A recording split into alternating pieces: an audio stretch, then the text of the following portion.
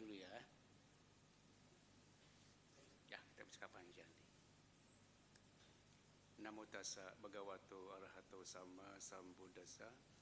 Namo tassa bhagavato arahato sama sambuddhassa. Namo tassa bhagavato arahato sama sambuddhassa. Terpujilah Sang Bhagawa yang Maha Suci yang telah mencapai penerangan sempurna. Terpujilah Sang Bhagawa yang Maha Suci yang telah mencapai penerangan sempurna. Terpujilah Sang Bhagawa yang Maha Suci yang telah mencapai penerangan sempurna. Ya, selamat pagi semuanya. Sukihotu, Namo Buddhaya. Hari ini ceramahnya judulnya apa ya? Enggak ada judul ya? Bebas ya? Mau request nggak? Mau ceramah apa hari ini? Bisa, boleh. Kalau mau request, Bante bisa. Kalau nggak mau request, Bante yang request. Ada nggak? Ada yang meminta nggak? Kali di rumah mau dengar apa kemari gitu. Gwen, mau request apa Gwen? Enggak Gwen. Ya udah. Biasanya kalau disuruh request pada nggak mau ya. Dari sih Bante udah pikir-pikir di mobil mau ceramah apa, Bante pikir. Karena Bante biasanya kalau disuruh ceramah nggak nyiapin bahan. Iya, karena kalau nyiapin bahan nanti pas di depan orang medianya, audionya Pak, audiensnya nggak sesuai, bingung tuh Bante. Biasanya Bante kalau ceramah liatin orang-orangnya dulu, kira-kira butuh apa gitu. Tapi ini banyak kepala, kayaknya banyak kebutuhan dah. Ya, susah. Oke, atau Bantenya kurang maju dikit ya. Maju bangkunya kurang maju, Bante maju dikit deh. Ya udah, tadi Bante waktu nunggu-nunggu di bawah tuh, ada sayup-sayup kedengaran yang pimpin Parita bacain intisari agama budaya, baca Dhammapadaya. Sabapapasa karanang kusala supasambada. Sacita pariyodapanang etang budana sasanang. Intinya jangan berbuat jahat ya. Banyak berbuat baik. Sucikan hati dan pikiran, itulah ajaran para Buddha. Simple ya. Simple banget. Nggak susah sih ajaran Buddhis. Nanti hari ini mungkin Bante akan mirip-mirip juga sih. Mau ambil intisari dari 3 khotbah pertama Sang Buddha. Ingat nggak khotbah apa yang Sang Buddha ajarkan di awal-awal beliau menjadi Buddha? Urutannya 1, 2, 3, ingat gak? Khotbah pertama Sang Buddha apa ya? Lupa apa malu jawab? Khotbah pertama apa ya? Dhammacakka Pavattana Sutta. Itu yang 1 ya. Yang kedua? Anattalakkana Sutta. Yang ketiga? Lupa ya. Catat baik-baik. Nanti ulang dari awal. Besok kalau ditanya mesti jawab ya. Umat Buddha harus tahu khotbah pertama Sang Buddha apa. Yang pertama Dhammacakka Pavattana Sutta. Yang kedua Anattalakkana Sutta. Yang ketiga Adita Pariyaya Sutta. Ya. Nanti Bante akan kasih tahu langsung ke intisarinya. Karena kalau Anda baca nanti Anda pusing sendiri. Ya. Karena pengulangan di sutta itu kalau kita nggak sabar kayaknya malas baca bukunya. Tapi kalau Bante kan udah baca semuanya, akhirnya Bante pikir, udahlah kasih umat yang gampang-gampang biar gampang nelennya gitu. Ya, nggak usah cerna-cerna lagi, langsung gampang telan, langsung ngerti maksudnya gitu. Ya, oke. Kita bicara yang pertama dulu tentang Dhammacakka Pavattana Sutta. Gue kan kemarin jadi pabajaya. Ingat nggak tuh isinya apa Dhammacakka Pavattana Sutta? Lupa.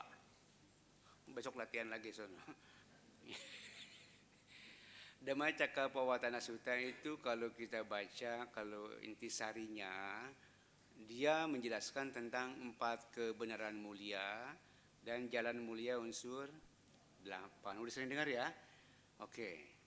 Tapi nanti Bante akan kasih tahu Anda, ambil 1 saja sudah cukup buat Anda. Enggak usah sampai 4 kebenaran mulia, jalan apa? Jalan Mulia unsur 8. Nanti kita ambil satu, itu cukup. Ya. Yang kedua, Anatalakana Sutta. Isinya apa, Gwen? Enggak tahu lagi. Siapa yang tahu isinya Anatalakana Sutta? Sutta tentang apa? Yang pertama kan susah tentang duka, sebab duka, lenyapnya duka, dan jalan keluar dari duka. Berhubungan loh dengan sutta yang kedua, Anatalakana Sutta, tentang aku.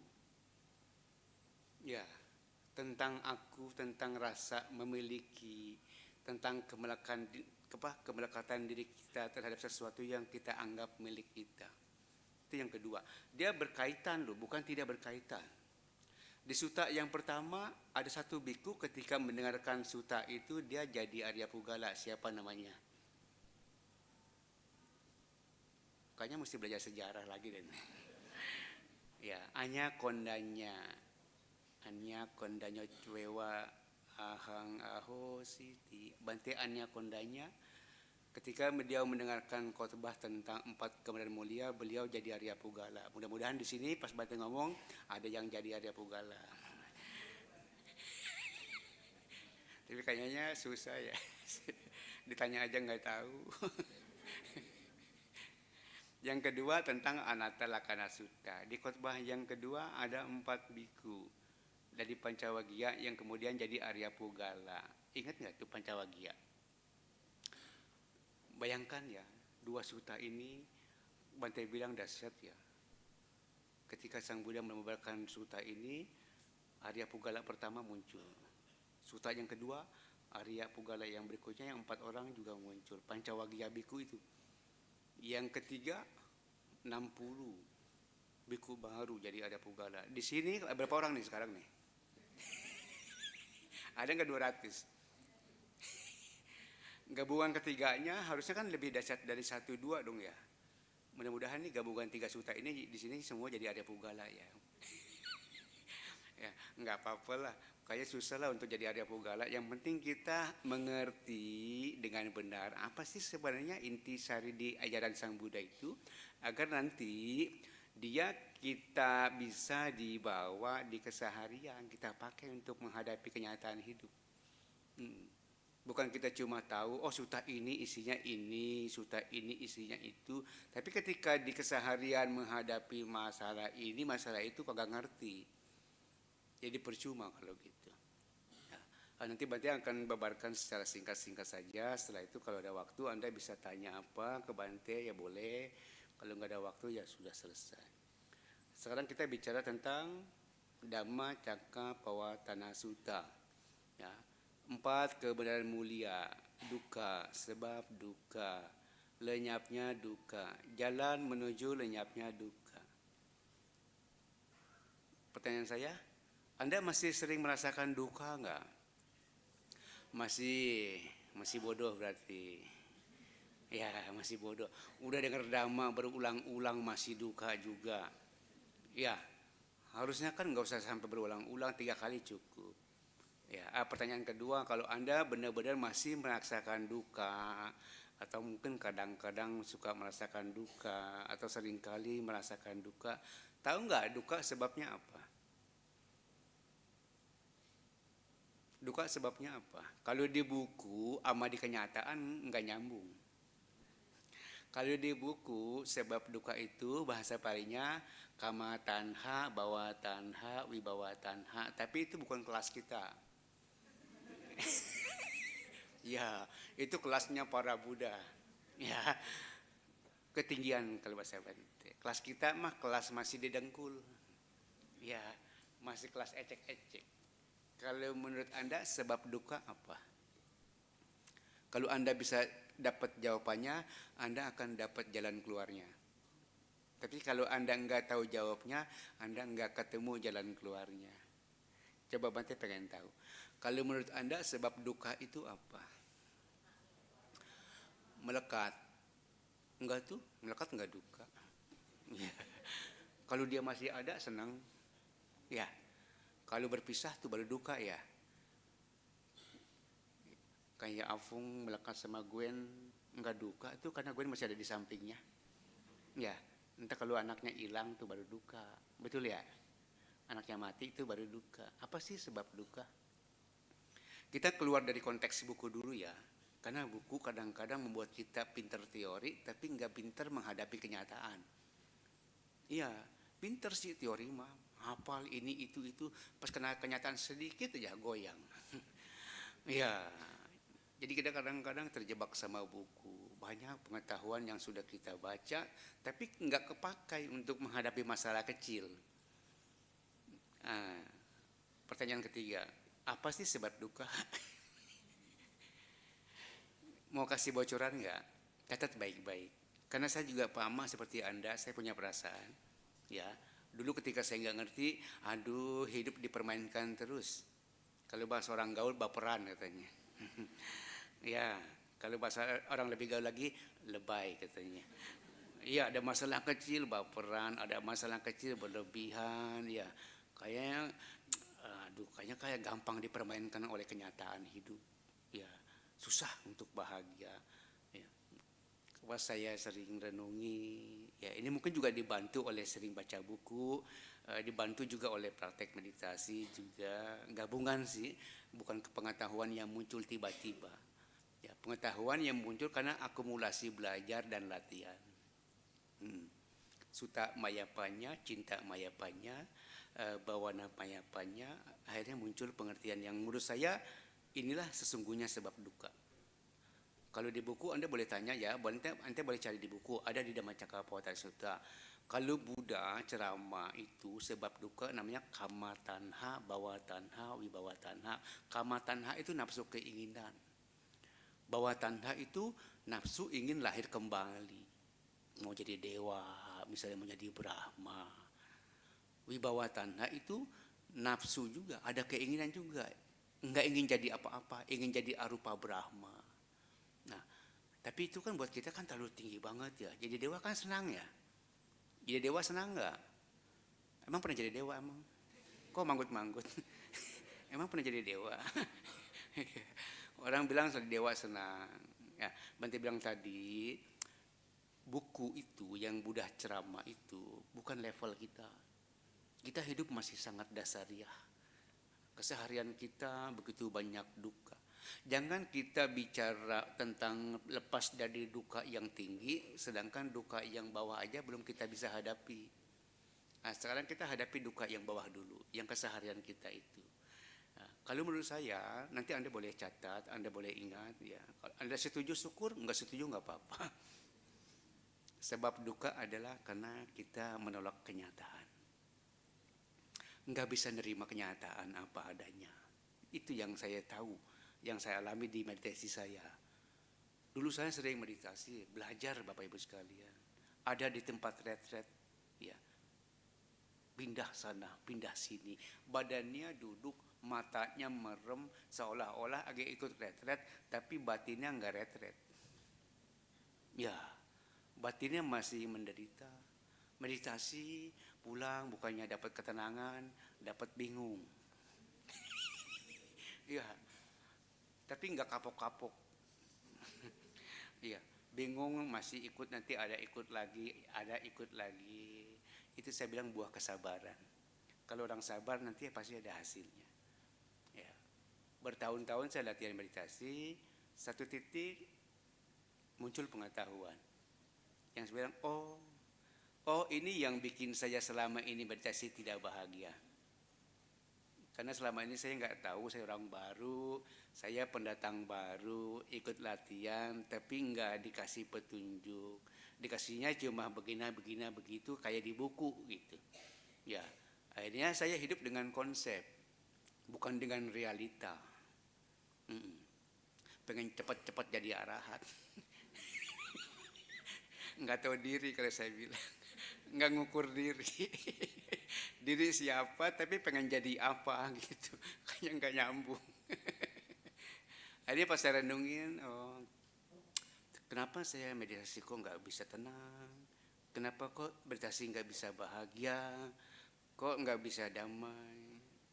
Yaitu saya bilang tadi, ternyata dalam meditasi saya seringkali tanpa saya sadari saya selalu menghindari kenyataan.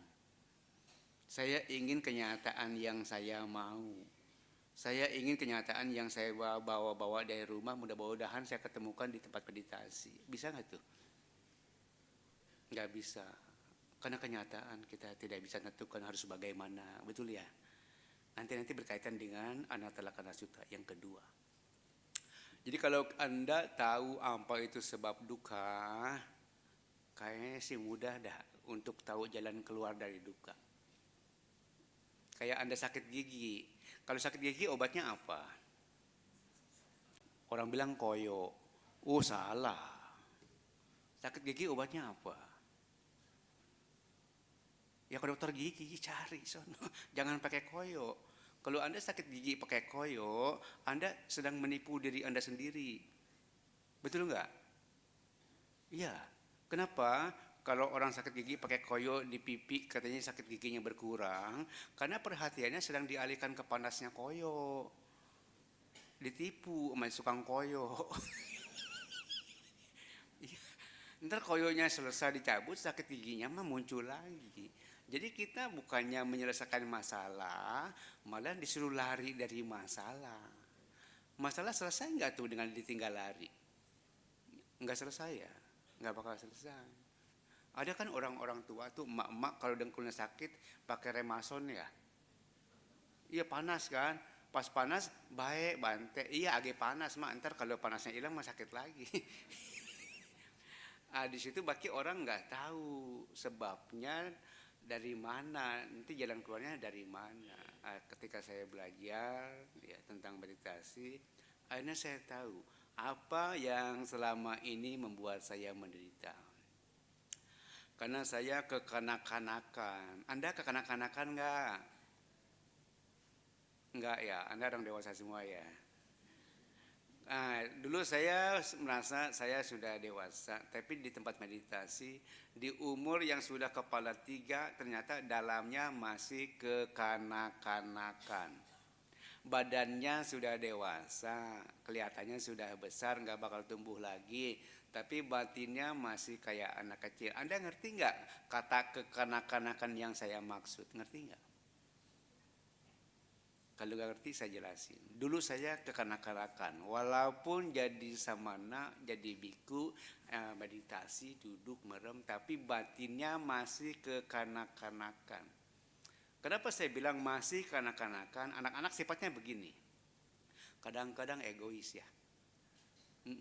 Kadang-kadang dikasihnya ini, tapi maunya ini, gitu ya. Kita kadang-kadang dalam keseharian hidup suka begitu enggak? Adanya ini, tapi maunya ini, sering enggak? Sering ya. Kebanyakan yang saya tahu orang masalahnya di situ. Kenyataannya seperti ini, tapi dia mau kenyataannya seperti yang dia mau. Bisa enggak tuh? Oh susah. Ya, enggak mungkin. Kalau kenyataannya sekarang begini, kita maunya begitu, bisa nggak? Kalau bisa, orang nggak ada yang menderita. Jadi duka itu biasanya karena orang tidak bisa nerima kenyataan.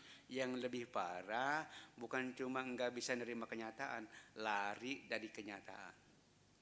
Nah itu masalah dukanya di situ. Nggak akan selesai.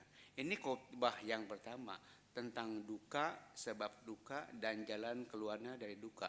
Bagaimana Bante agar kita bisa berdamai dengan duka? Bagaimana? Kalau di buku Dhammacakkappavattana Sutta itu, lenyapnya duka itu, ya, niroda itu, ya, ketika kita sudah bebas dari semua keinginan, katanya ya, padamnya keinginan. Tapi kalau di kenyataan keseharian, bagaimana kita bisa berdamai dengan kenyataan? Nah, itulah kita bebas dari duka. Kalau Anda belum bisa berdamai dengan kenyataan, Anda akan terbakar. Ya, sutta yang ketiga, Adita Pariyaya Sutta. Nanti itu nyambung tuh. Jadi bagaimana caranya Bante agar dalam keseharian kita, walaupun kita ada masalah, tapi nggak ada masalah Bante. Kalau saya sudah ketemu obatnya. Ya biku, kira-kira kalau menurut Anda biku punya masalah nggak? Apakah biku selalu baik-baik saja? Ya namanya orang ya pastilah ada masalah. Ya jangan Anda pikir Bante nggak punya masalah. Tapi kalau Bante ya pikir dibandingkan dengan umat yang masalah Bante minimalis.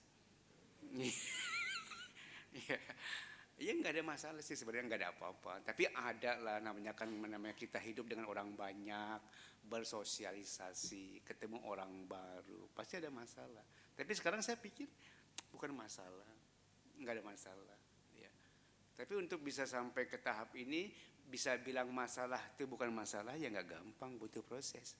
Anda posisi kenyang makan masalah, baru Anda bisa bilang nggak ada masalah. Ya. Jadi bagaimana caranya Bante agar kita bisa keluar dari duka Bante, agar kita bisa keluar dari penderitaan hidup, dari ketidaknyamanan. Obatnya satu, caranya satu, dan ini berlaku untuk siapa saja, di mana saja. Belajar menerima kenyataan. Bisa nggak tuh? Dimaki-maki orang menerima kenyataan bisa nggak? Yang disebut menerima kenyataan bukan menerima kenyataan yang enak-enak lu ya. Kalau yang enak mana kecil juga bisa, kucing juga bisa. Tapi kalau orang ketika dia harus menerima kenyataan yang dia nggak mau, bisa nggak? Susah lu Bapak Ibu, susah. Ya. Karena kebanyakan manusia pengen enak tapi nggak mau nggak enak, begitu kan ya.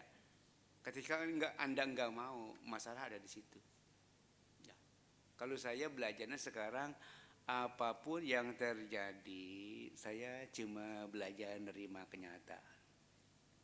Cuma belajar nerima. Bisa Bante?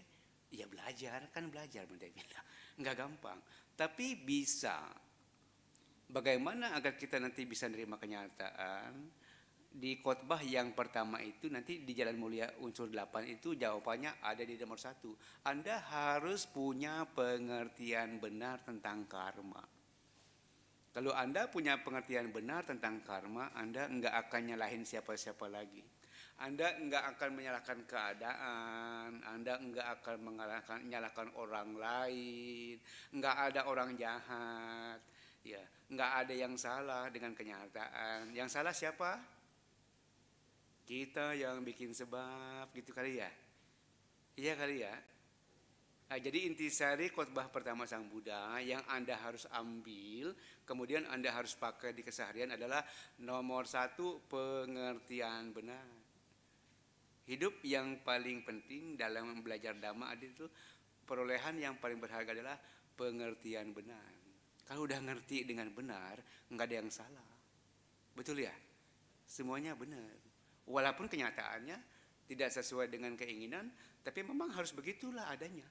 Kamu nggak bisa lari dari situ. Ya. Kalau kita udah ngerti karma, ya Bante bilang tadi, asik kalau bahasa Bante.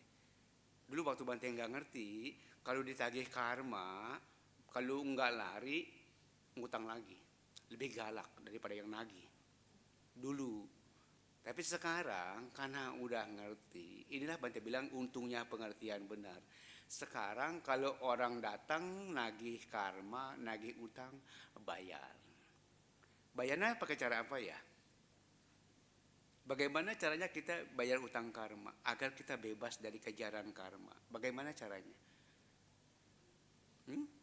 Nerima dengan tulus, nerima dengan jiwa besar, nerima dengan besar hati.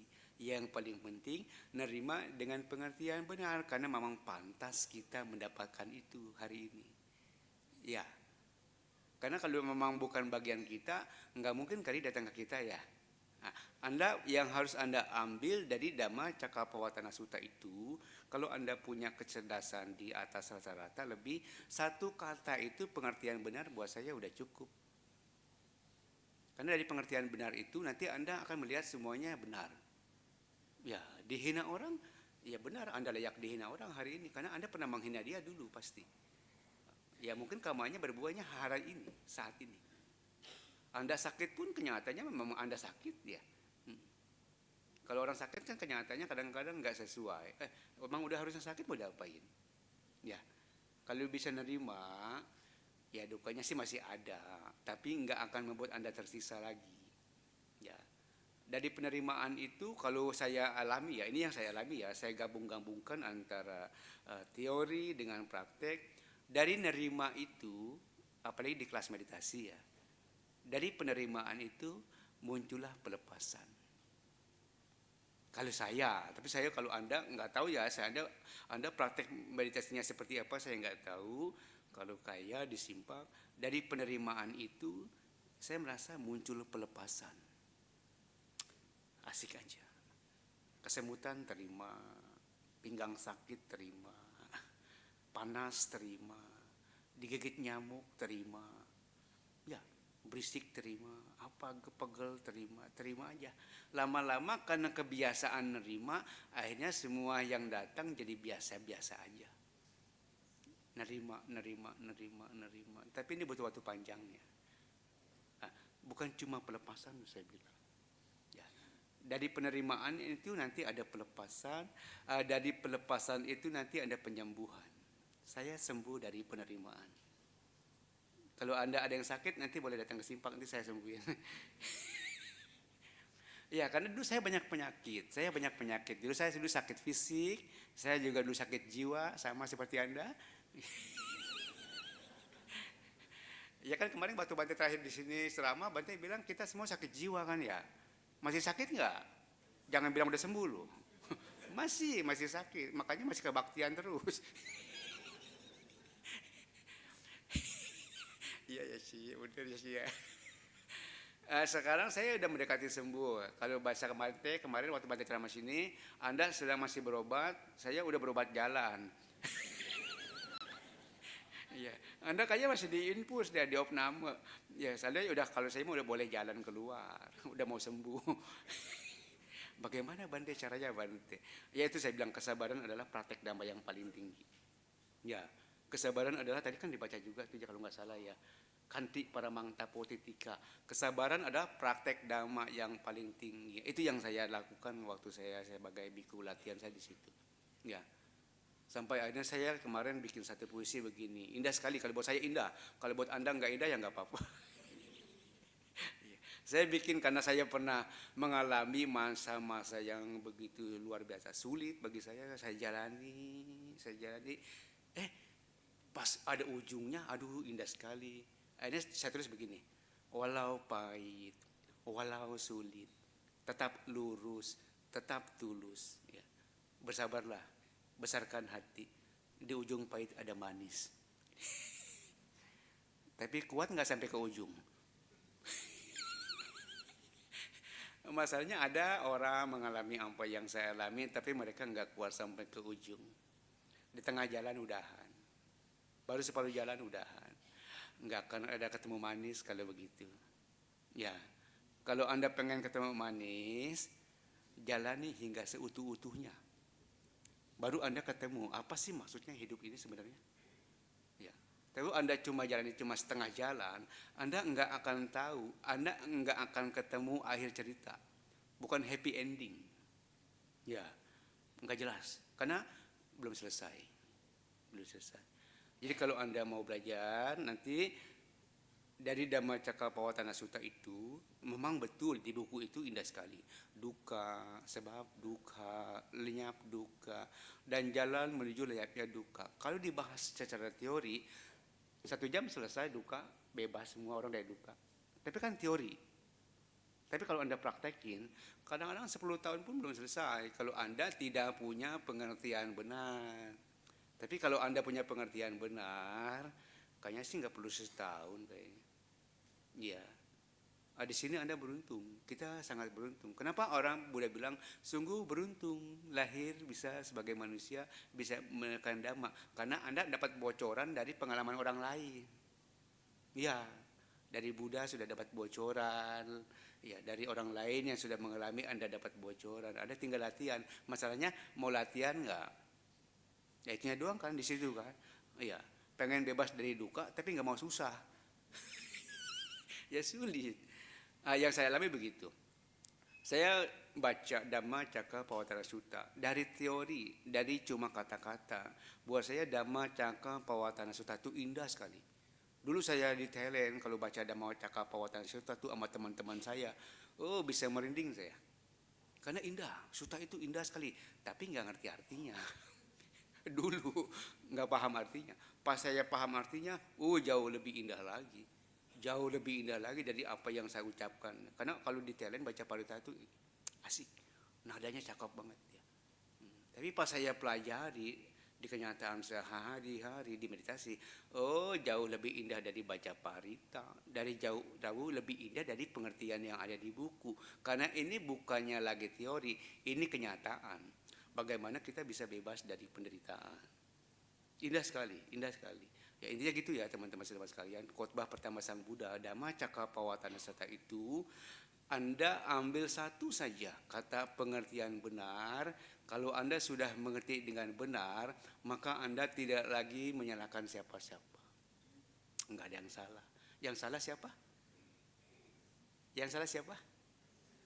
Kalau Anda udah bisa ngomong begitu, Anda waras. Ya. Tapi kalau Anda bilang yang salah dia, Bante, orang dia mulai kok, Bante. Kan saya nggak mulai, dia mulai. Kan bisa begitu ya? Betul nggak? Saya perasaan saya udah benar, Bante jadi orang, saya udah baik, saya udah ngalah. Tapi kok masih dihajar terus? Ya. Nah, kalau Anda begitu berarti Anda nggak waras. Kan ada yang bilang yang waras ngalah ya.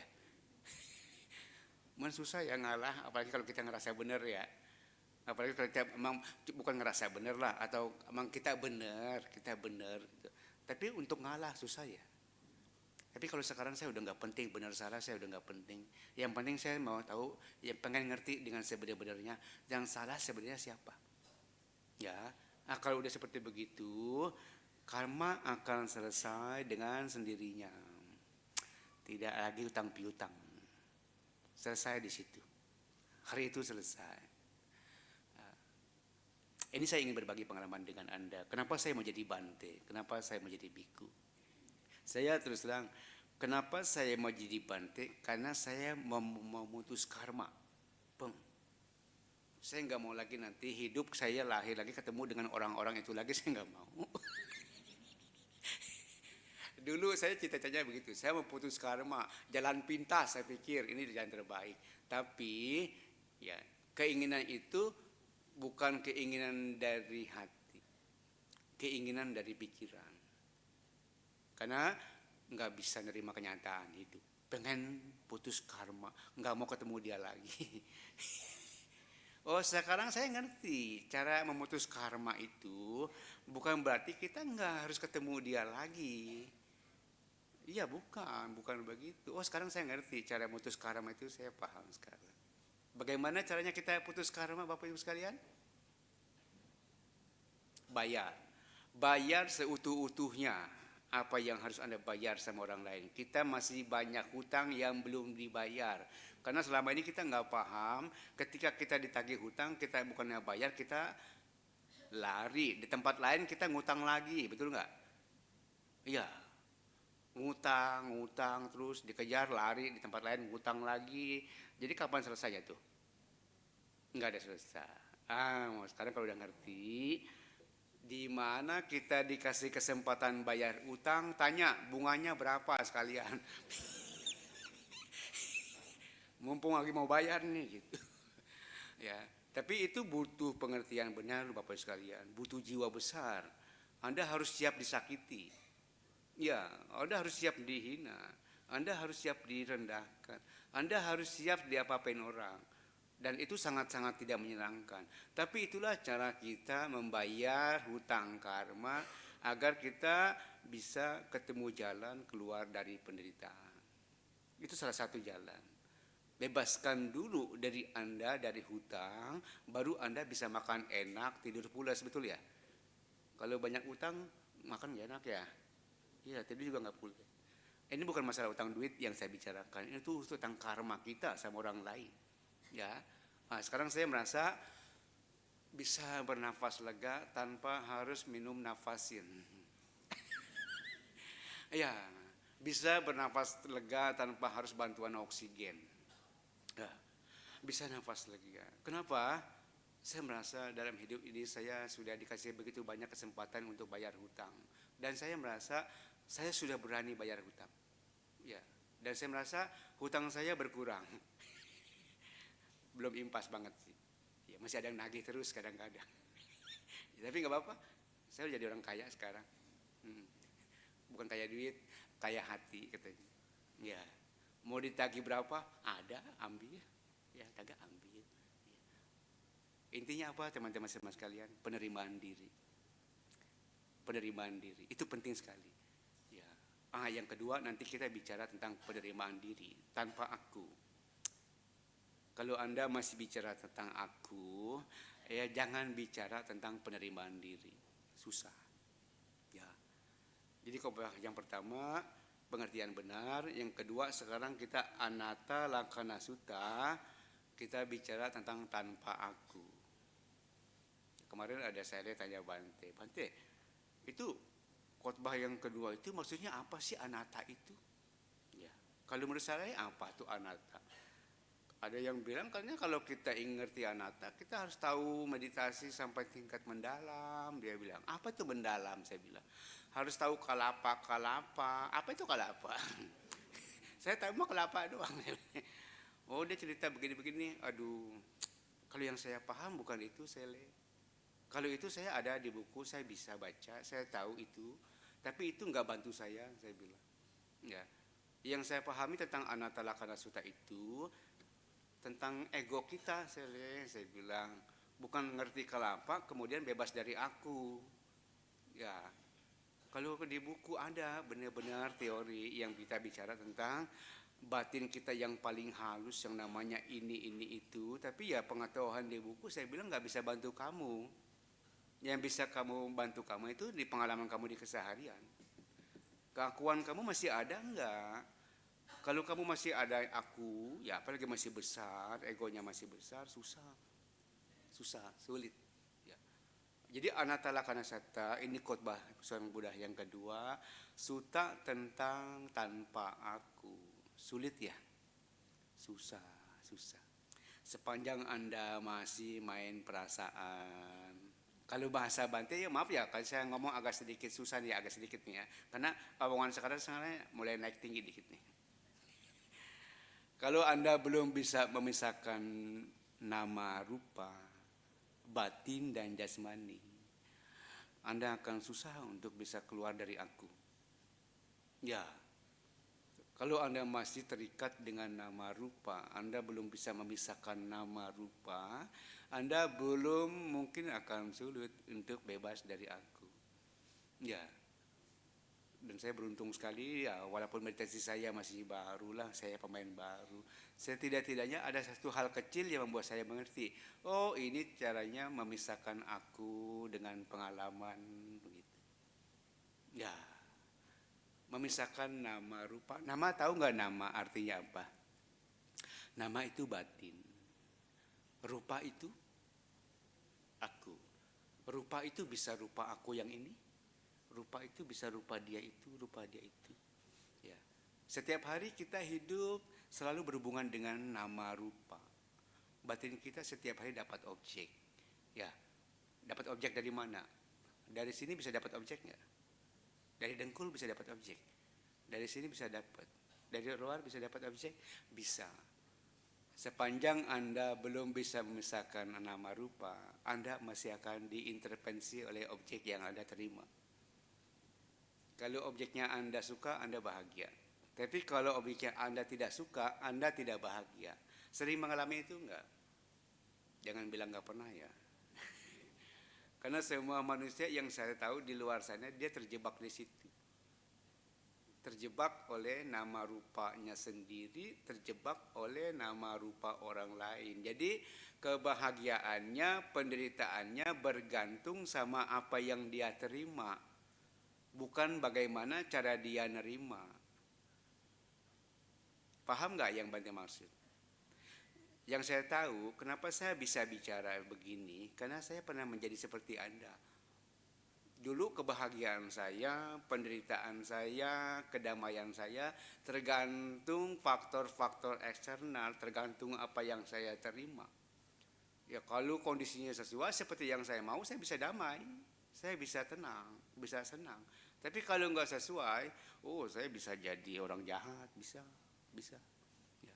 Tapi setelah saya belajar, satu titik saya belajar, Ketika di Myanmar saya pernah latihan meditasi. Ini pengalaman pribadi ya, bukan pengalaman di buku.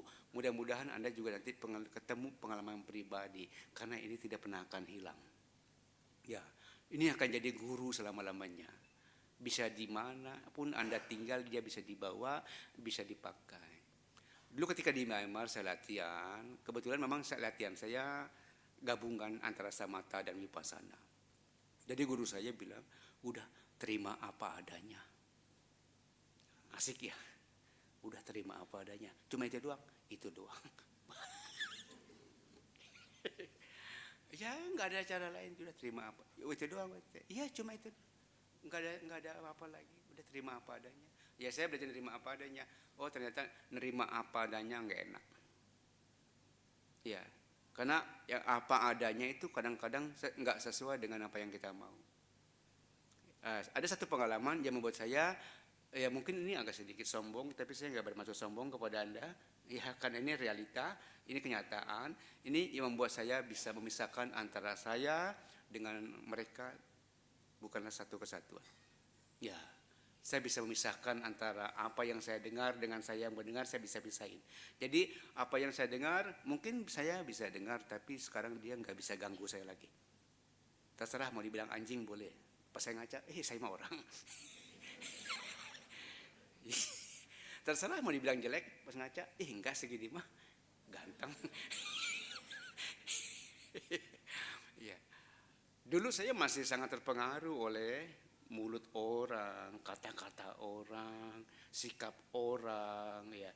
Jadi perasaannya masih sangat mudah terombang-ambing. Ketika saya latihan, satu hari saya latihan saya intinya satu, tentang sensasi. Sensasi. Kita hidup dengan sensasi. Jadi ketika saya latihan, karena guru saya bilang, udah nerima apa adanya. Ya udah, saya duduk aja. Apapun yang muncul saya terima. Masalahnya hari itu yang muncul sakit gigi. Sakit dengkul saya biasa, sakit pinggang oke. Sakit paha saya bisa geser pantat kalau mau kan ya. Kalau sakit gigi bisa geser gigi enggak? Enggak bisa. Tapi kalau dari awal guru saya selalu bilang terima, enggak ada cara lain. Terima. Ngomong gampang Bante. Saya yang sakit. Saya nggak apa-apa karena guru saya bilang terima. Saya nerimain terus sambil sakit, terimain sambil sakit. Lama-lama muncul kebiasaan nerima. Ya, ketika dapat sakit gigi, saya udah punya modal dari kemarin-kemarin tentang nerima. Akhirnya saya coba perhatiin sakitnya seperti apa. Di sini sakit giginya, bukan di sini. Di sini. Tapi karena saya dulu nggak ngerti, kalau sini sakit, ini sakit. Orang-orang diajak sakit. Jangan nyata kencang-kencang, gue kasih gigi. Ya. Tapi pas saya hari itu mengalami itu saya bilang, ternyata antara pengalaman dan yang mengalami tidak sama. Oh ternyata antara rasa dan yang merasa tidak sama. Ketika saya bisa melihat, merasakan sakit gigi, masih rasa, oh ada sakit, ada, tahu sakit, tahu. Tapi lama-lama saya bisa pisahin. Saya seperti nonton sakit gigi. Dia berdenyut saya tahu. Ya, dia lompat-lompat saya tahu, dia nusuk saya tahu. Sakit gigi, siapa di sini yang pernah sakit gigi? Berarti cerita saya kan bisa ditebak tuh, bisa dirasain kan. Lompat-lompat seperti apa? Saya ikutin terus ya. Bukan 10 menit teman-teman sama sekalian, bukan setengah jam, bukan 1 jam, berjam-jam.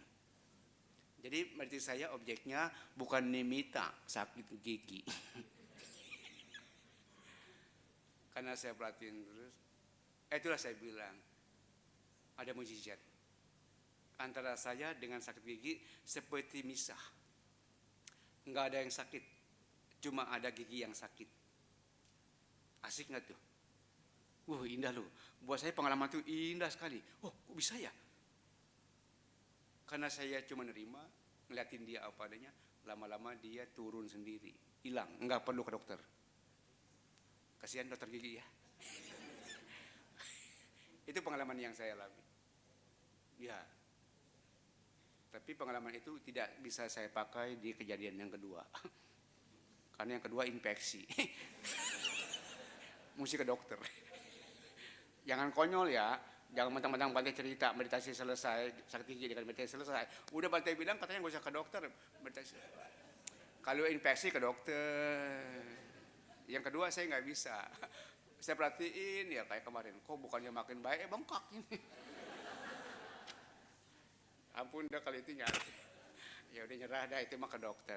Butuh bijaksana. Enggak semua selesai dengan meditasi. Ada yang selesai, banyak yang selesai. Tapi ada yang tidak bisa selesai. Kalau nggak bisa selesai, cari dokter. Ya, itulah yang kedua tentang penerimaan tanpa aku. Dan kejadian itu buat saya sangat membekas. Ya, pulang dari tempat itu, balik ke Indonesia, saya seperti jadi orang baru. Ada apa, ada kejadian apa, saya masih dengar. Saya masih bisa rasa, saya tahu apa. Tapi saya pikir enggak ada urusan. Asik ya. Jadi saya pisahin. Logika saya bilang begini. Kalau sesuatu yang di tubuh kamu ini yang begitu sulit dipisahkan, kamu bisa pisahkan, lebih mudah memisahkan orang yang sudah memang udah kepisah sama kita. Mulut orang mah jauh, enggak di sini kan? Jauh, enggak masalah. Ya dia ngomong apa di sono, itu mah urusan dia, udah bisa, enggak ada urusan, enggak akan bisa menyentuh ini. Betul ya? Kalau ini aja udah enggak bisa menyentuh ini, apalagi mulut orang ya. Kalau Anda udah bisa seperti itu, Anda tidak bisa diintervensi lagi sama orang lain. Ya, itu yang indahnya buat saya di situ. Yang kedua, kalau Anda sudah bisa seperti itu, tubuh Anda sendiri pun Anda tidak bisa diintervensi lagi oleh tubuh Anda. Tubuh Anda mungkin bisa sakit, tapi Anda bisa sehat. Bisa nggak begitu ya kira-kira? Oh, kalau bisa semua rumah sakit tutup, psikiater bangkrut ya urusannya. Ya, tapi bisa, saya jamin bisa, karena saya pernah mengalami itu. Saya ada di situ, makanya saya datang kemari. Di sini saya mau berbagi kepada Anda. Ya, bawa pulang nanti, jangan tinggal di bangku. Biasanya umat kebaktian cuma dengar-dengar pulang tinggal di bangku. Ada masalah lupa. Berarti ngomong apa ya kemarin tuh? Ya, nah itu yang saya tahu. Satu, yang saya bilang pengertian benar dalam kehidupan ini penting. Jangan salahkan siapa-siapa. Ya, apapun yang terjadi dengan diri kita, ya itu semua memang sudah menjadi bagian kita. Yang kedua, anatta lakkhana sutta, bukan aku. Ini sulit untuk dipahami. Satu, pengertian bukan aku itu yang saya bilang, belajar memisahkan antara pengalaman dan yang mengalami adalah dua hal yang terpisah. Rasa dan yang kita rasakan dan yang merasa beda. Itu dua hal yang terpisah. Kalau Anda bisa pisahin itu, Anda tidak bisa diganggu sama siapa-siapa. Karena Anda mandiri, Anda jadi pengendali. Asik. Ya. Anda nggak bisa diganggu siapa. Kenyataan mungkin memang nggak nyaman, tapi Anda nggak ada masalah. Ya, Anda bisa punya ruang sendiri. Ya, kita punya ruang sendiri di dalam. Kita bisa nyaman kapan, saya bisa nggak? Bisa, bisa, bisa. Itu anatta yang pertama. Ada yang kedua, ya, tentang kenyataan hidup. Anatta lakkhana yang kedua, anatta lakkhana sutta, tentang aku. Bisa enggak teman-teman sedama sekalian kita ngatur ini agar kenyataan harus selalu sesuai seperti yang kita mau, bisa enggak? Bisa? Enggak mungkin bisa. Itulah yang saya bilang bukan aku. Kamu bukan siapa-siapa, kita bukan siapa-siapa. Kita enggak bisa menentukan kenyataan harus seperti yang kita mau. Kalau seandainya bisa, anatta lakkhana sutta yang kedua ditutup, ganti. Karena enggak relevan untuk diceramahkan. Buddha nggak mungkin ceramah anatta lakkhana sutta. Tapi karena masih relevan di kehidupannya sekarang, sutta itu masih ada sampai hari ini. Intinya, kenyataan apapun yang muncul, Anda tidak punya kuasa untuk ngatur mesti begini, mesti begitu. Bisa nggak? Yang bisa kita lakukan dengan kenyataan apa? Ya pakai khotbah yang pertama. Pakai khotbah yang pertama untuk bisa memahami kenyataan yang kedua, Anatalakana Sutta itu, bahwa semua kenyataan itu memang di luar kehendak kita, di luar kekuasaan kita. Pakai khotbah yang pertama, yang nomor satu, apa itu tadi? Pengertian benar. Kalau Anda sudah mengerti itu, yang kedua jadi lebih mudah dipahami, lebih mudah diterima. Bahwa kenyataan apapun yang terjadi, kalau emang udah bagian saya, mau lari kemana? Betul ya? Apa mau dikasih ke sebelah? Ya, mana mau, dia juga kagak mau, kalau nggak enak mah ya. Itulah yang membuat saya hidup tenang di hutan. Ya, saya damai bahagia walaupun sendirian. Hujan petir ya ada nggak masalah. Angin ribut oke. Yang ribut mah petir, yang hujan saya mah nggak ribut. Iya kalau bahasa saya. Ya, yang petir yang ribut mah petir, terserah situ bedak-beduk. Saya mah diem aja gitu kan. Terserah mau angin ribut, yang ribut mah angin, saya mah duduk gitu kan. Ya. Sampai teman-teman saya ada juga bilang, Bante, kalau musim hujan mah jangan ke hutan. Emang kenapa dia bilang? Takut longsor, kan belum longsor. Ya. Itulah yang bikin saya hidup tenang di hutan. Saya sih yakin, kalaupun saya belum waktunya mati, nggak bakal mati. Terus kalau mati di hutan emang kenapa? Ya, paling umat yang repot, gotong ke bawah. Itu mah urusan umat, saya bukan udah mati.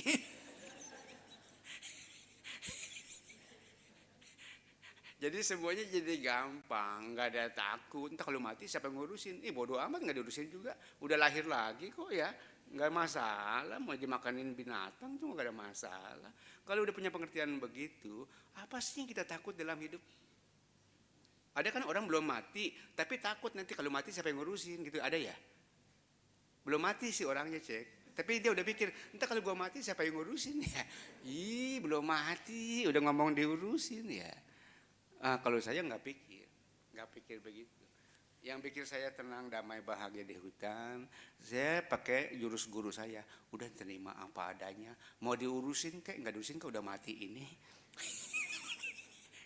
Ya ngomong gampangnya begitu. Emang kenapa kalau nggak diurusin emang? Itulah kemelekatan Bapak Ibu sekalian. Kita ingin diurusin dengan layak. Emang layaknya seperti apa? Yang dimaksud layak itu apa?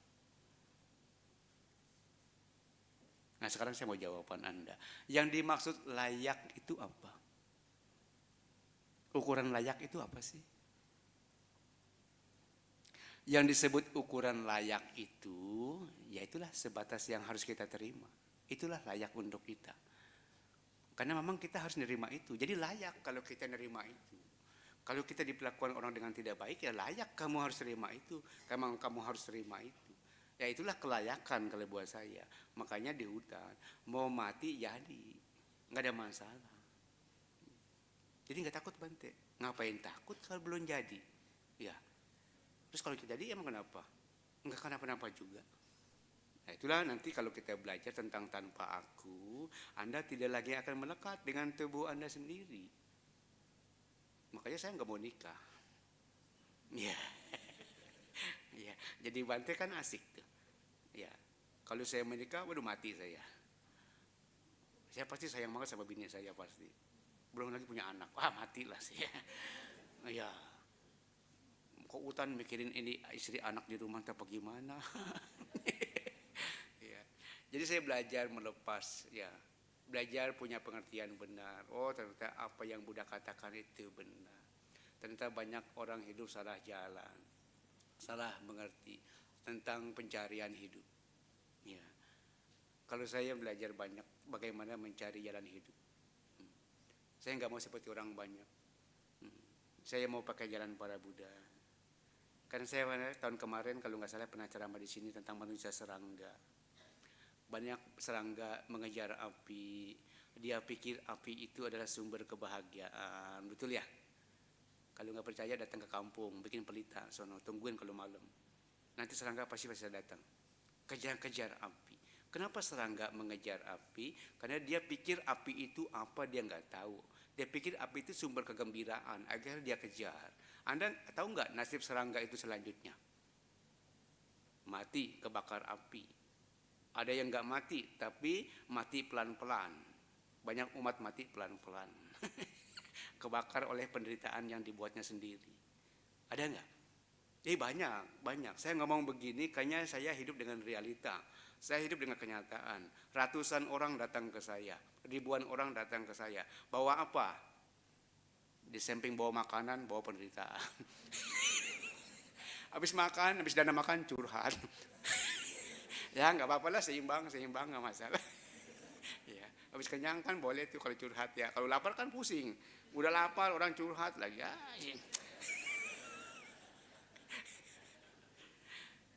Yang saya perhatikan begitu. Banyak orang salah jalan hidup. Dan saya nggak mau salah jalan. Saya ambil jalan saya sendiri. Dan benar, yang saya rasakan, saya jauh dari penderitaan. Bebas. Bukan bebas sepenuhnya. Tapi saya mudah untuk bahagia. Ya, nggak ada yang bisa intervensi perasaan saya. Hidup di tempat paling sulit, paling serem, buat saya nggak sulit. Paling serem, buat saya nggak ada seremnya. Indah sekali. Asik ya? Asik sekali. Itu Dhammacakkappavattana Sutta, ambil satu yang pertama, pengertian benar, Anattallakkhana Sutta, buang ego Anda. Jangan Anda pikir tubuh ini milik Anda, jangan Anda pikir apa yang sedang Anda miliki ini akan Anda miliki selama-lamanya. Oh, enggak mungkin. Terus jangan memaksakan kehendak agar kenyataan harus selalu seperti yang kita mau. Enggak mungkin juga. Belajarlah berdamai dengan kenyataan. Itulah meditasi. Yang kedua, yang ketiga, Adita Pariyaya Sutta. Sutta tentang api. Kita Buddha bilang kita semua terbakar. Aditang ragagina, aditang loba, ragagina, dosa gina, moha gina. Artinya ngerti gak? Gwen? Gak ngerti lagi? Apa Gwen? Aditang ragagina, apa artinya? Kalau di Abhidhamma loba mula cita. Ya. Aditang ragagina, aditang dosa gina. Kalau di Abhidhamma dosa mula cita. Moha mula cita. Itu kita semua terbakar oleh nafsu keinginan kita. Kita semua terbakar oleh kebencian dan kemarahan kita yang tidak pernah selesai. Karena kebencian selalu dibalas dengan kebencian. Ya, seperti Donald Trump dengan dengan dirinya sendiri, bukan dengan siapa-siapa. Dia berantem sama dia sendiri, tapi ngajak-ngajak orang. Ya, salah satu contoh paling nyata yang disebut terbakar itulah. Itu orang tiga-tiganya lengkap. Tapi ini nanti Donald Trump dengar nggak ya? Takutnya kalau dia dengar ntar pakai kasih roket repot. Aditang ragagina, dosa gina, moha gina, dalam skala besar yaitulah perang yang sedang terjadi. Mereka sedang membakar dirinya sendiri, kemudian mereka membakar orang lain dengan kebencian, dengan nafsu keinginan. Karena saya yang baca di koran, kemarin saya dikasih koran. Ternyata di balik perang itu ada bisnis ya. Tahu gak? Nggak tahu? Bante tahu. Bante aja yang biku tahu, masa Anda umat nggak tahu? Di balik perang ada bisnis. Pasar modal, pasar saham fluktuatif itu ada yang main di situ. Ya, ada yang jual senjata. Di situ ada roga, ada aditang ragagina, ada keserakahan. Ada setelahnya pas ada minyak mahal, ada yang untung besar katanya. Ada ya? Jahat ya. Sama cuma pengen untung besar aja harus ngorbanin orang banyak. Kita makanya nggak mungkin sampai ke situ. Kalau saya makanya nggak punya hati sampai ke situ. Ya, kayak lagu Krisya ya. Aku tak punya hati. Ada kan lagu Krisya gitu ya? Ya, kalau kita umat Buddha nggak bakal sampai ke situ, nggak mungkin punya hati sampai ke situ. Nah, sutta yang ketiga itu terkait dengan yang satu, yang kedua, dan yang ketiga. Intinya sama lagi, pengertian benar.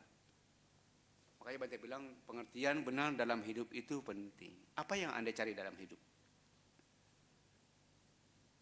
Afung cari apa? Nggak tahu. Udah bahagia belum? Susah, kesian. Bahagia mah gampang, Apung. Burung aja gak bahagia kalau pagi.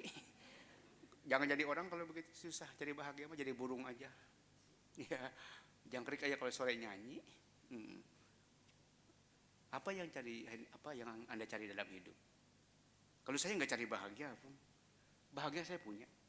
Kapan saya mau bahagia? Siapa sih yang larang saya ketawa? Ya, siapa yang larang saya ngopi? Nggak ada ya.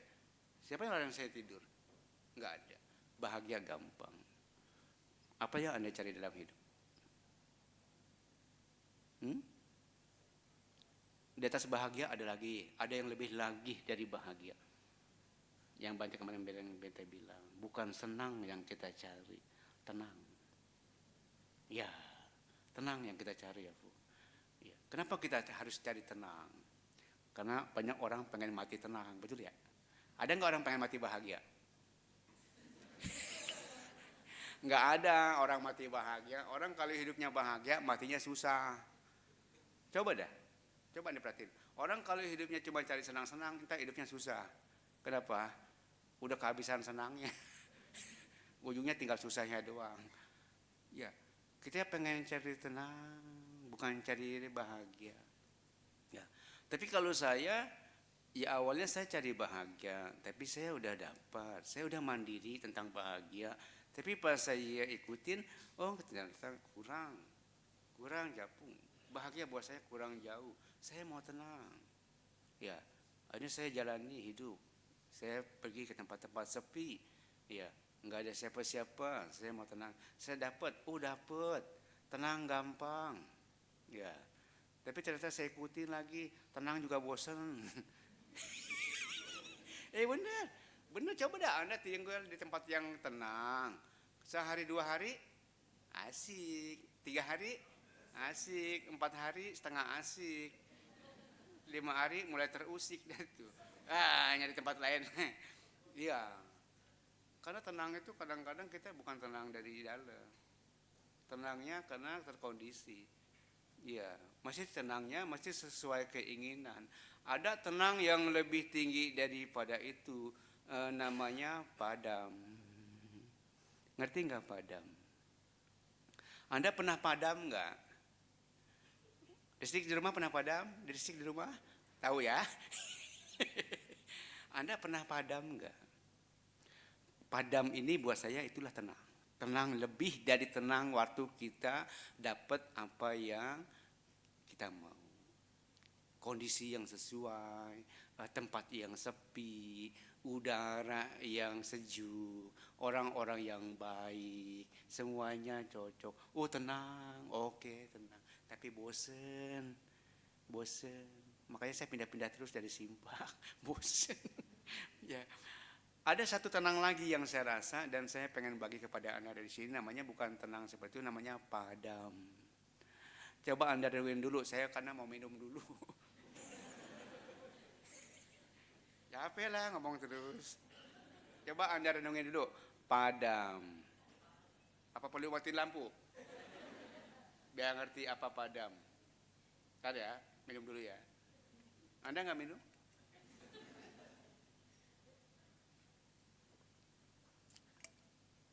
Masih berapa menit lagi Bante ngomong? 10. Ya sebentar lagi. 7 menit cukup nggak ya? Cukup lah, cukupin. Padam, Anda pernah padam nggak?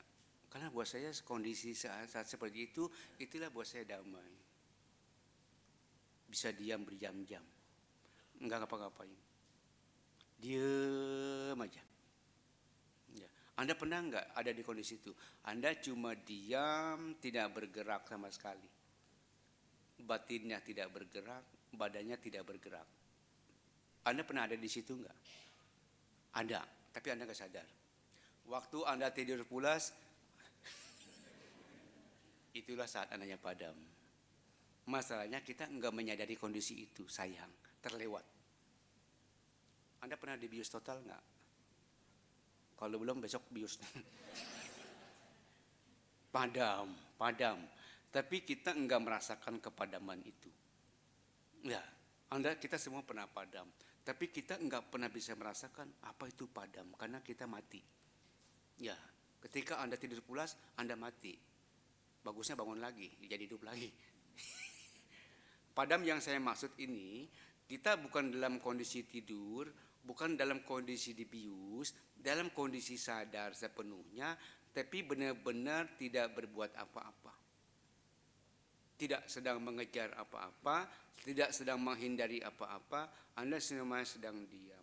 Padamnya api keinginan, kalau saya bilang. Padamnya api kemarahan, padamnya api kebencian. Ini bukan keinginan besar seperti Anda, sorry ya. Ini keinginan yang kecil-kecil.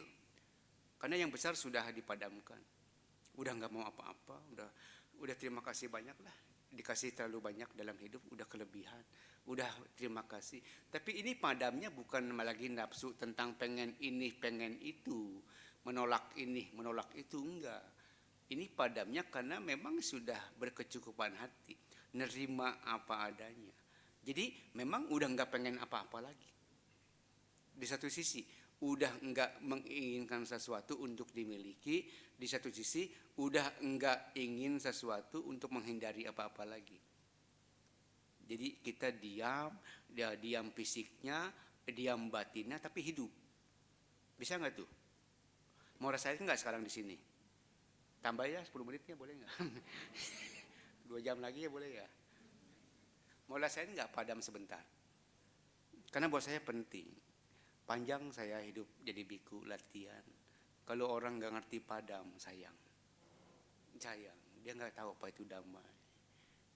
Kita punya waktu sebentar. Kalau kita tahu padam di sini, di rumah Anda bisa padam kapan saja.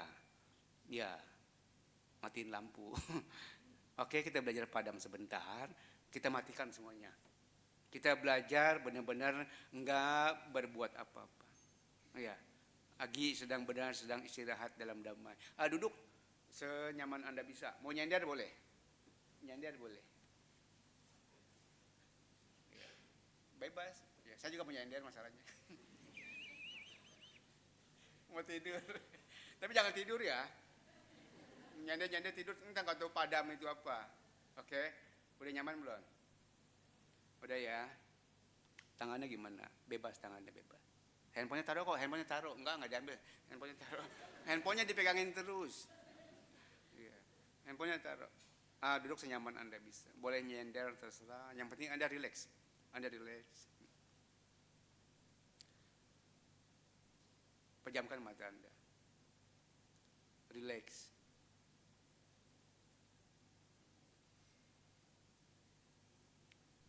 Sekarang diamkan fisik Anda. Enggak usah bergerak lagi. Ya. Karena penting untuk mendiamkan yang di dalam, yang di luar mesti diam dulu.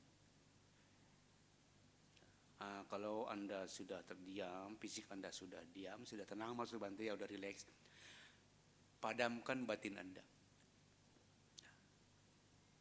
Enggak usah mikir macam-macam. Ada apa sih? Ada apa? Anda tahu. Ya. Anda cuma cukup sadar ya. Tahu ya. Sadar.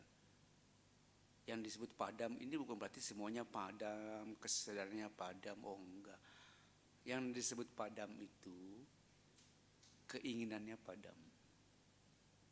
Entah itu keinginan untuk merasakan sesuatu yang dia mau, entah itu keinginan untuk menghindari sesuatu yang dia enggak mau, dia sudah padamkan itu.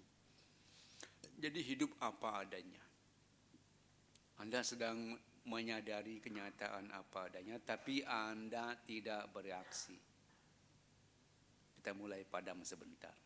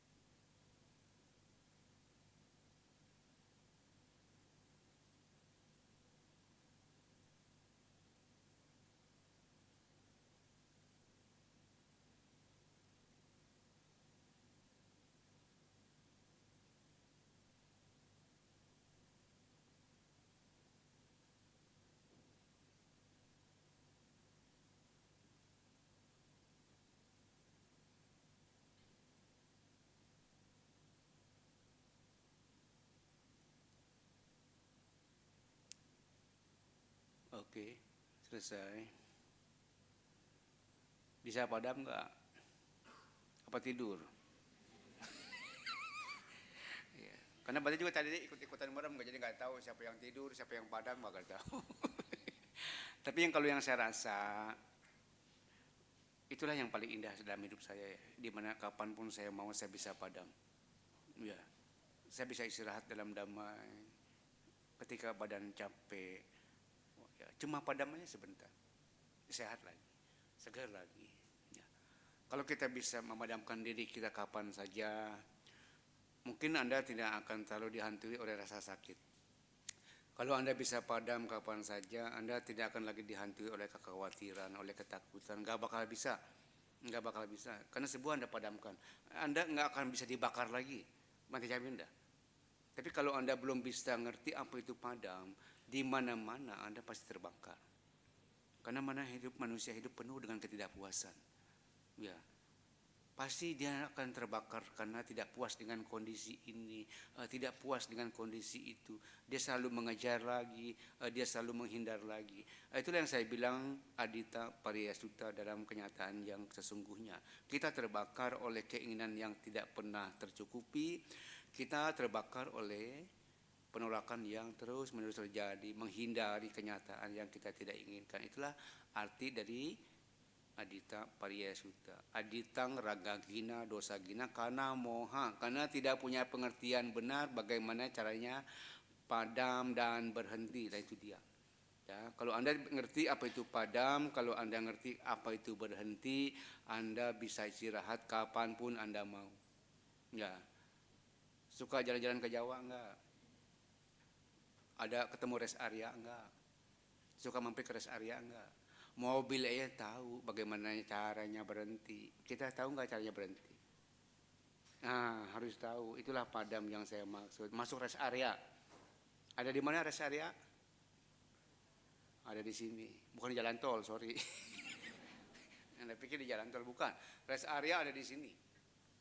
Ada di sini. Iya. Kalau keinginan ada di sini. Di pikiran biasanya. Ya. Tapi ya, bukan pikiran sih yang sesungguhnya. Cara Anda berpikir. Ya. Pikiran memang gak ada masalah. Pikiran itu anatta yang saya bilang tadi. Dia nggak bisa ikut, ya dia nggak bisa intervensi kita kalau kitanya nggak mau ikut dia. Ya, dia bisa muncul kapan saja karena memang dia di luar kendali kita. Tapi kalau Anda tidak punya kendali, Anda dikendalikan oleh dia. Tapi kalau Anda punya kendali, dia muncul, bodoh amat urusan dia. Saya emang nggak mau begitu. Itu yang disebut anatta. Pikiran muncul nggak bisa dikendalikan. Tapi kalau Anda punya kendali, dia nggak bisa ganggu Anda lagi. Ya, nanti belajar banyak. Pakai kalau bisa meditasi. Ya, nanti Pak Sarwan undang Bante meditasi di atas katanya. Entah minggu berapa, kalau meditasi oke. Kalau Bante nggak sempat, nanti Bante kirim Bante email lah. Bante ajak mau Anda padam 1 jam. 2 jam, 3 jam, atau selamanya mau.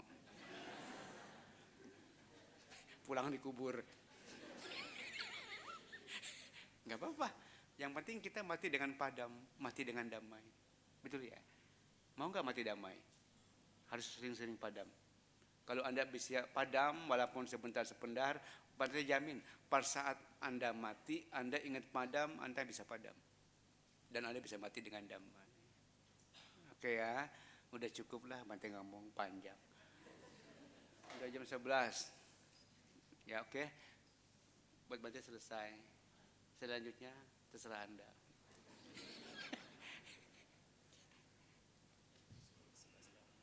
Iya. Boleh, nggak apa-apa, boleh. Oh, lu makan nggak penting? Nggak apa-apa. Oke, Bante udah makan banyak. Udah jangan mikirin makan, Bante udah makan. Besok juga masih makan. Lebih penting sih Bante mah lebih senang bincang-bincang dhamma. Ya, makan mah besok masih bisa ya. Bincang-bincang besok nggak bisa, Bante udah pulang ntar.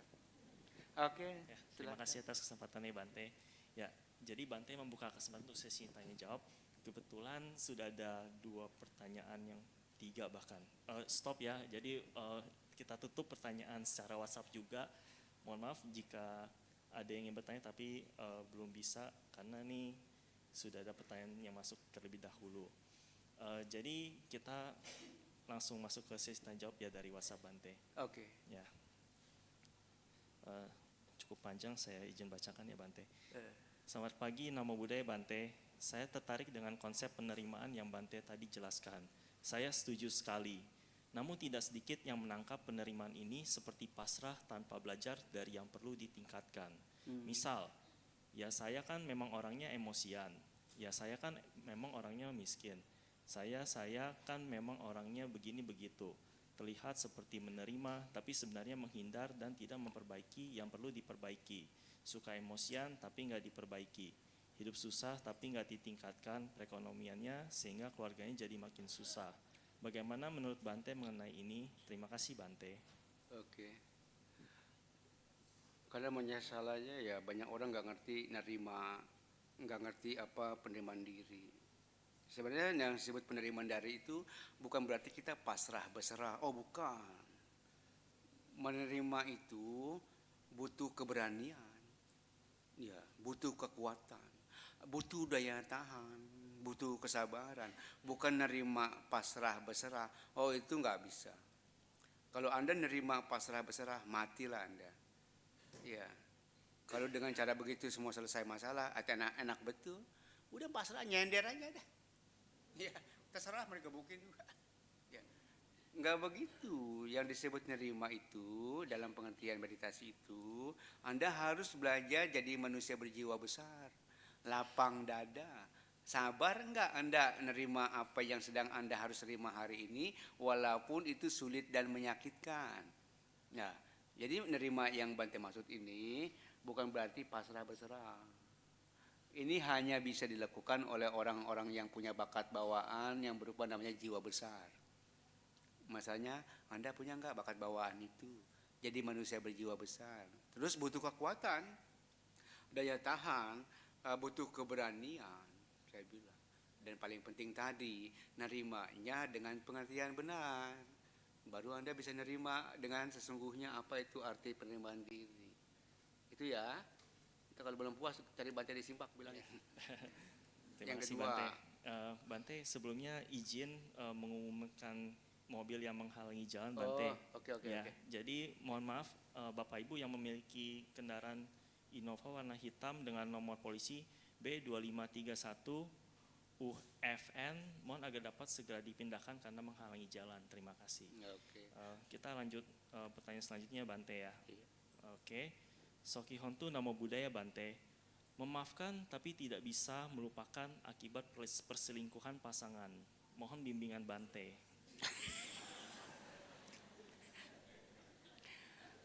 Iya. Bagusnya saya nggak pernah diselingkuhin. Nggak tahu rasanya bagaimana tuh ya. Emang nggak mungkin kita bisa melupakan, kayaknya nggak mungkin. Kalau bisa, semua masalah selesai. Memaafkan bisa nggak? Oh bisa, apa susahnya sih memaafkan orang? Kan saya bilang tadi, kalau kita diselingkuhi, dikhianati sama pasangan kita ini sekarang, berarti kita pernah jadi pengkhianat. Betul nggak? Kan sebab akibat. Kalau udah bisa mengerti begitu, bukan berarti semuanya bisa dilupakan dengan gampang. Ya, sesuatu yang begitu berkesan nggak akan bisa hilang selamanya. Betul nggak? Nggak mungkin. Pasti akan dibawa mati. Iya, tapi bukan dendam. Pasti dia akan ke bawah karena dia meresap, tersimpan dalam satu batin kita yang namanya sanya, menyerap. Anda bisa melupakan orang-orang yang Anda cintai nggak? Mama bisa lupa sama anaknya, suami bisa lupa sama istrinya, walaupun dikhianati. Istri bisa lupa sama suaminya walaupun dikhianati? Nggak bisa mah, bohong. Ya. Ada dua hal yang membuat kita susah untuk melupakan seseorang. Satu, orang yang paling kita cintai, dan dua, orang yang paling kita benci. Coba dah, Anda ngeliat langit-langit aja ingat dia. Semua tembok isinya dia. Jadi lupa tidak mungkin, memaafkan mungkin, kecuali Anda lupa ingatan, enggak tahu. catat penting-penting ya, karena pernah kemarin ada datang emak ke Bante, maaf ya, mungkin mudah-mudahan emak dengar, biar emak lebih paham lagi. Anaknya kecelakaan, ya, maaf ya, nabrak mobil, hancur. Emak nggak bisa terima kenyataan, dia bilang ke Bante, datang ke Bante, Bante, tolonglah Bante, saya bacain parita apa, biar saya bisa lupain anak saya. Nggak bisa emak. Kalau Bante bisa, entah yang punya utang pada tenang ke Bante semua.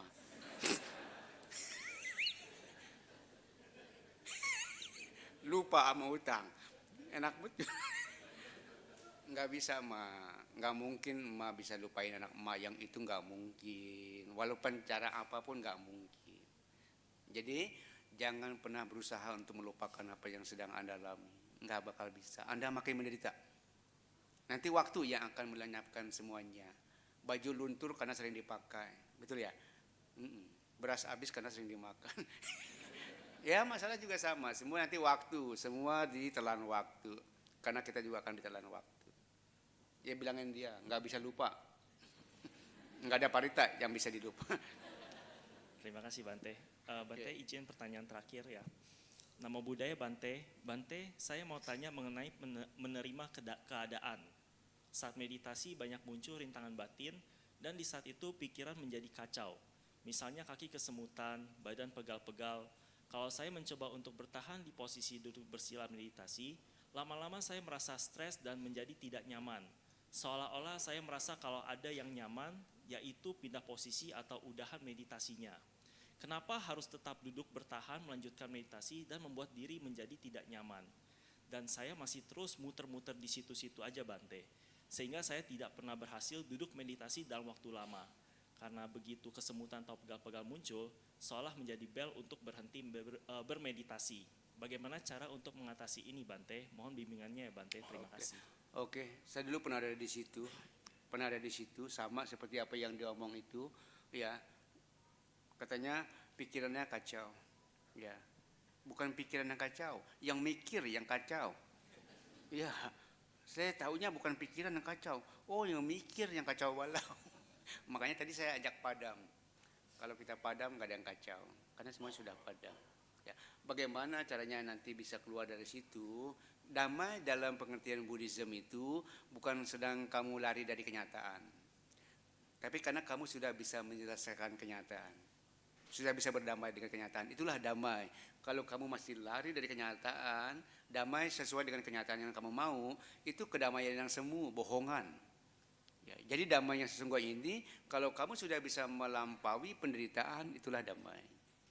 Masalahnya kuat enggak sampai ujung Bante bilang tadi.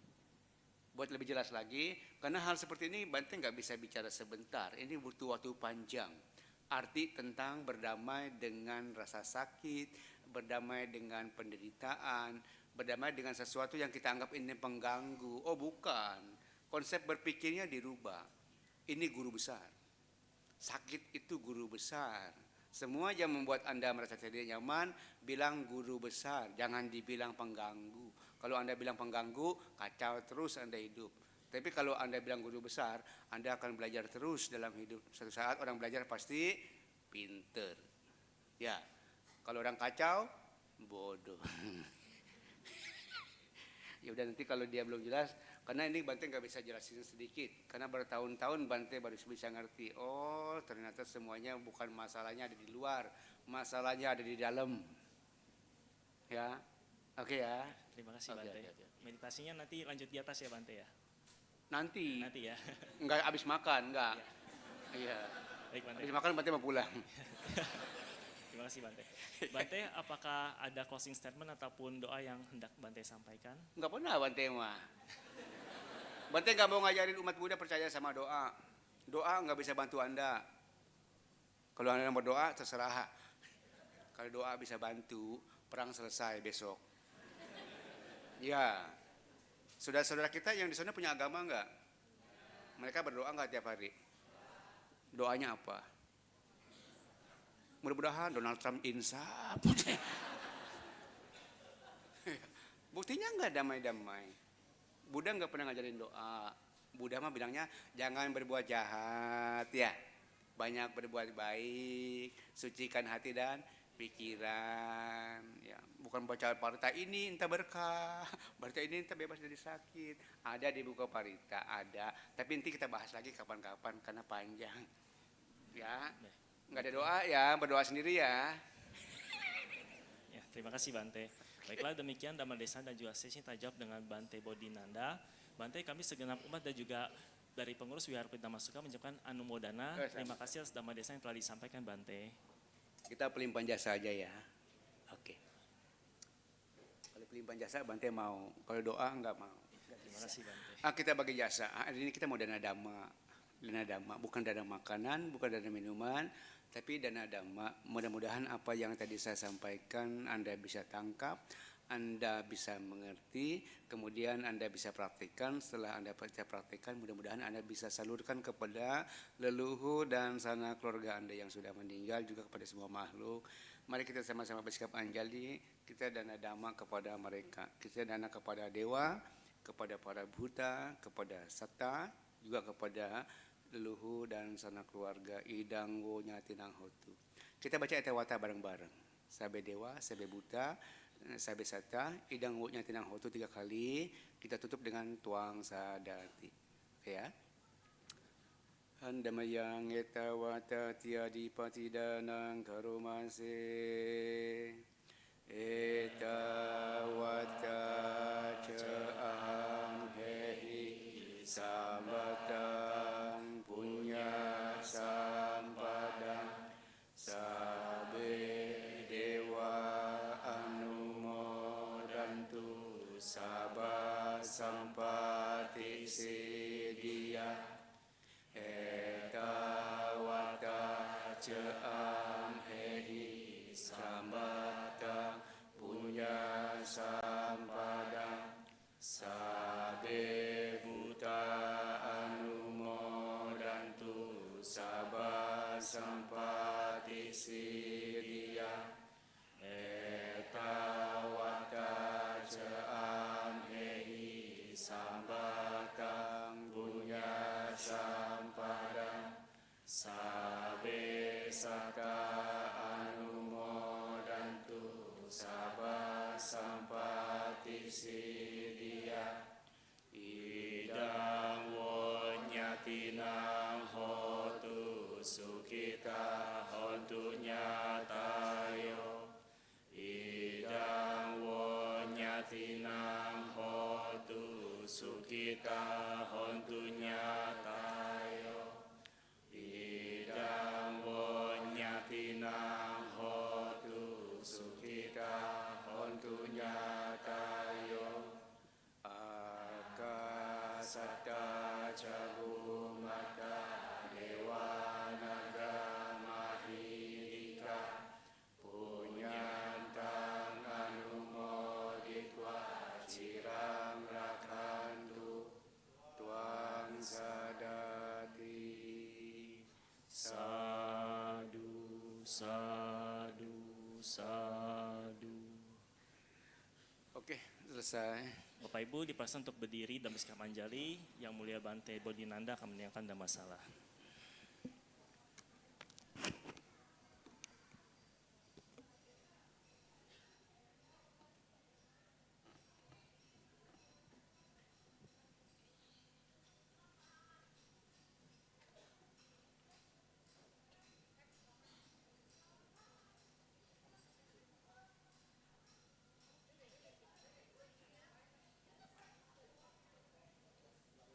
Terima kasih Bante.